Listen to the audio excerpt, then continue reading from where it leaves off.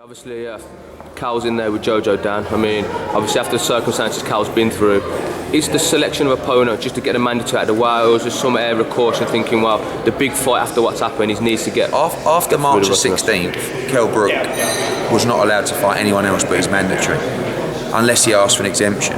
Yeah. And really, the exemption, you know, because he hasn't boxed for a long time, he might have got it, he might not. Yeah. You pay your $20,000, you don't get that back, and you ask for an exemption. The fact is that get the mandatory out of the way. Yeah. It's still a tough fight, especially when you're coming back from what he's come back from.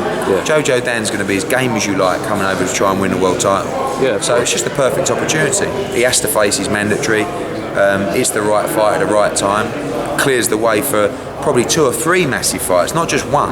Yeah. So, you know, one thing with the IBF, they're very strict on their mandatory. So let's get this mandatory sorted, and then he can go forward for a big fight in summer. I mean, you made some comments recently regarding Kell and Haymon. I mean, can you just explain to the people what the relationship is between Kell, yourself, and Al?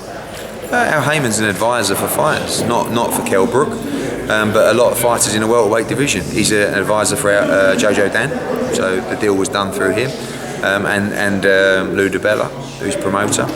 Al's not a promoter, he's an advisor. Yeah, he's got 170 fighters or something. You know, he's doing incredible things in America, and he's got a lot of talent in the 147-pound division. So to make the big fights, you need to really be working with him, and that's not a problem for us. We've got a good relationship, and we've got to try and identify a fight for Kell Brook in the summer, whether it's Marquez, whether it's Maidana, whether it's the Guerrero Thurman winner, to stage a big stadium fight for Kell this summer.